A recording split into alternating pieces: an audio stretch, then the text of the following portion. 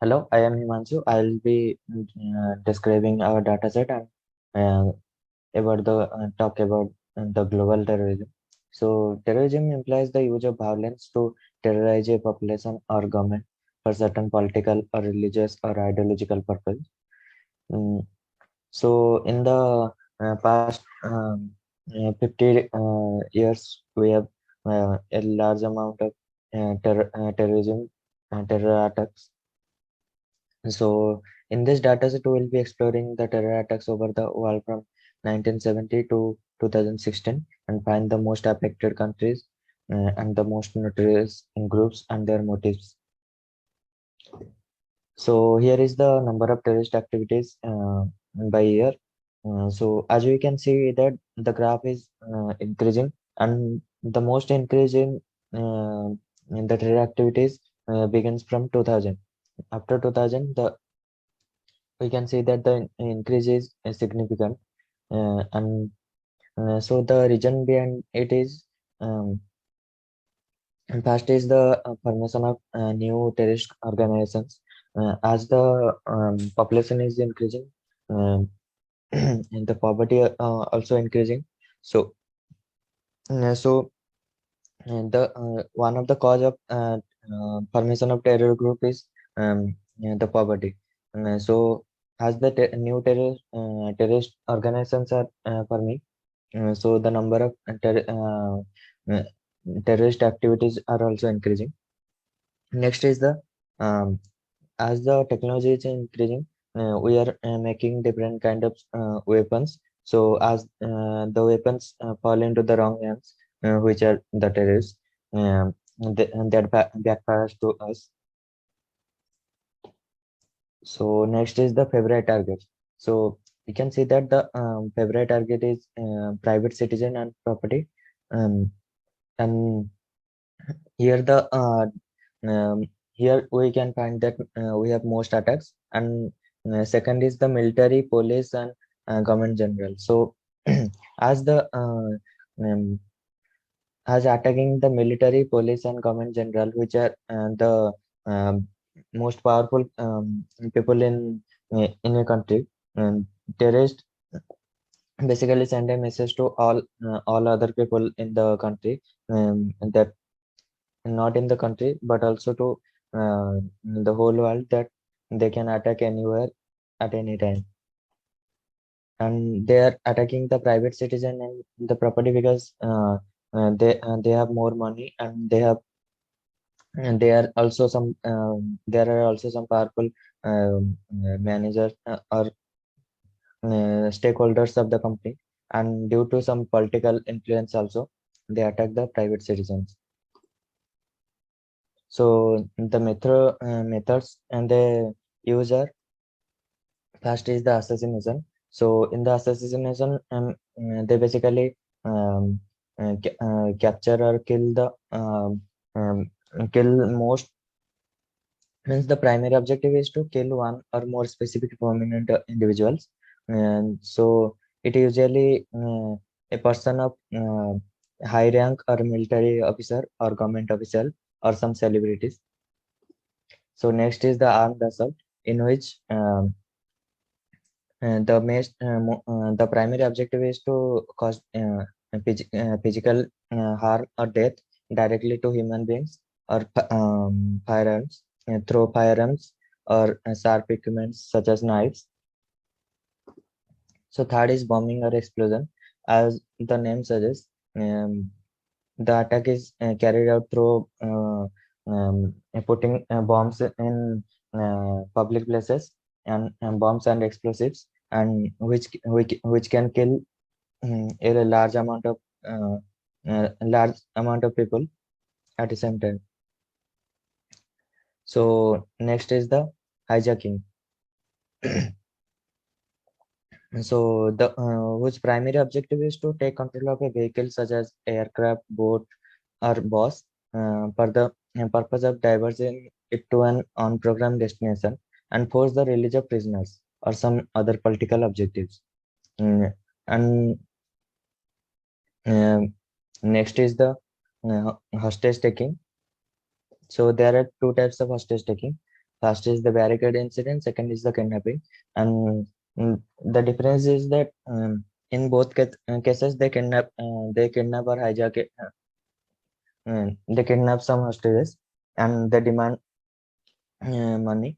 But in the kidnapping, they basically move the person they kidnap to different location. But and they have planned to kidnap him or her for um, many days. But in barricade incident, they don't have such plans. They just kidnap them in that location only and demand their money. So next is the facility or infrastructure attack, in which they attack, uh, uh, in which they basically um, use explosives and bombs to target the non-human things such as mountains, trains, or pipelines. And it is mostly when new buildings or new construction are begun, they basically try to stop them for their own purposes. Next is the unarmed assault. So in this, the attack whose primary objective is to cause physical harm or death directly to human beings by the means other than explosive firearms and sharp knives also. And next is the unknown. So means till now the region has not been detected. So we can say that the bomb explosion is the most used by them because as the population is very large and we have many places which is populated and not so secure, and the security is very low. So in a bomb, so the bomb explosion is easy for them to kill more people. And the hijacking is lowest because as um, the hijacking is lowest because as the after the hijacking they have to escape from that location. But as the security got informed, uh, they can be captured, so that's why the hijacking is very low. So thank you. This is the plot of number of terrorist activities region-wise. We can see that the Middle East and North Africa are the most common terrorist-prone regions, followed by South Asia. The Australian region have experienced very few terrorist events. Coming to the next plot, this is the region-wise plot over the years of the number of terrorist activities. And we can see that how the number of terrorist activities have significantly increased after the year 2010, which is really very, very disturbing and a reason of concern across all over the world. This is the plot of the top affected countries by terrorism. And out of these, Iraq, Pakistan, Afghanistan, India, Turkey, Somalia, Nigeria, and Yemen are 8 of the 10 countries which were included in the top 10 list of published by the Institute for Economics and Peace. And Iraq has the highest global terrorism index with the full score of 10 in global terrorism report. Now, 6 of the 10 countries which were published in the reports of Institute for Economics and Peace, these were involved in internal conflict, which has facilitated and led to an increase in terrorism. With the exception of India, each of these countries has a single terrorist group that is responsible for the majority of death. Some groups, such as Boko Haram in Nigeria, actually predate the rise in terrorism. However, other countries such as Yemen have been impacted by events which have led to the rise of terrorist groups. In other countries such as Libya and Syria, terrorism has followed the destabilization of the government, while in Afghanistan and Iraq, terrorism has resulted from foreign power invasion. Now, this is the top 10 countries with the highest global terrorism index. And sidewise, we have listed the happiness index and the human development index. And we can easily observe that for these countries, the happiness index has barely crossed the 5 mark of 5 points. And human development index is also no better than happiness index. So from this we can see that the correlation between the global terrorism index and the happiness index and the human development index, that how the countries with higher number of terrorist activities with higher global terror index have a low happiness index and have a low human development index. I will be presenting the analysis we did regarding terrorist activities in India and the motive behind these terrorist activities. So here we can see a region-wise distribution of terrorist activities uh, in India, and the red regions represent terrorist activities involving higher casualties, and followed by blue and green regions with decreasing casualties. So we can see that regions around the India-Pakistan border and the eastern coast have a lot of density in terrorist activities. Also, around Maharashtra, we have terrorist activities involving very high casualties. So the most notorious groups which are active in India involves the Communist Party of India, which forms a major share of terrorist activities, followed by the Sikh extremist, ULFA, PWG, etc. Also, the favorite attack types employed by these terrorists are the bombing, which is the highest, followed by armed assault and assassination. So this is a GIF which shows the a timeline of the density of terrorist activities in various regions of India. So I will like cite some of the prominent trends here. So we see a sharp increase in terrorist activity along the India-Pakistan border in 1983-84, and it's high since then throughout. Also, there is an increase in 1991 due to along the Punjab region due to mass killing by Khalistani militants and Rudrapur bombings. Also, we can see a sharp increase in activities in Maharashtra and Pune region around 2006, most of which is attributed to the Mumbai bombings.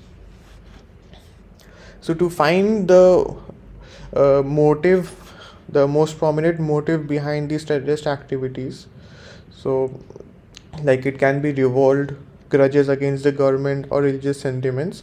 So we employed NLP techniques, and using our NLP techniques code, we created a word cloud, and the word cloud groups the words according to their relative frequency, and it um removes useless words such as this, and is. So as we can see here, the most prominent words are like L, anti, non, pro, American, government, state, election. So the words like L are related to some of the prominent terrorist group like Al Qaeda, and some of the other words like government, anti, elections. These show resentment against the government and its policies. That's it. Thank you.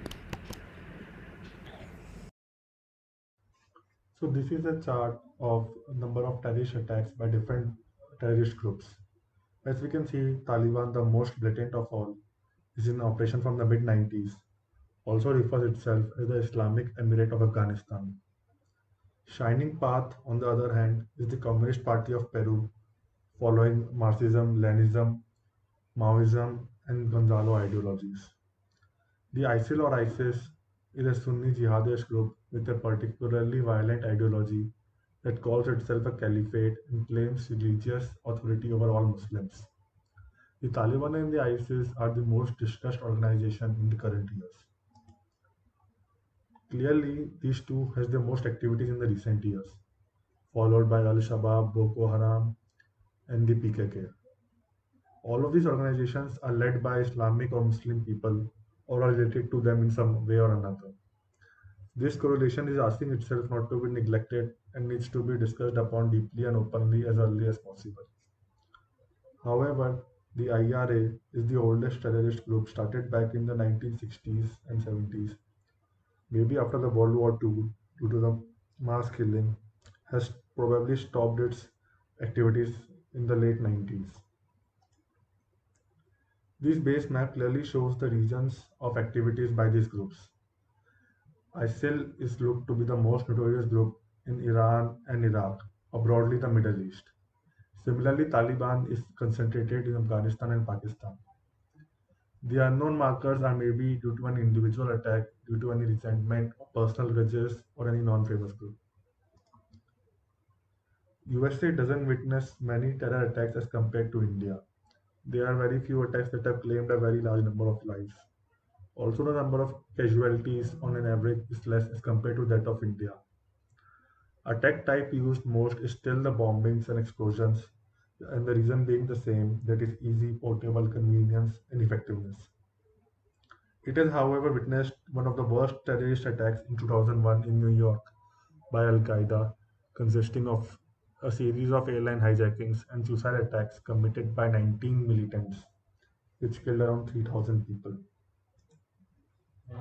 From this animation, it is visible that the Middle East and Southern Asia are the regions with highest terrorist activities, not only in numbers but also in casualties. It is spreading largely across the globe, but in the past few years, India, Pakistan, and Afghanistan have witnessed an increase in such number of activities. Other areas don't have such consistent cases and only report few in the whole span of 47 years, although some of them being the most critical of all.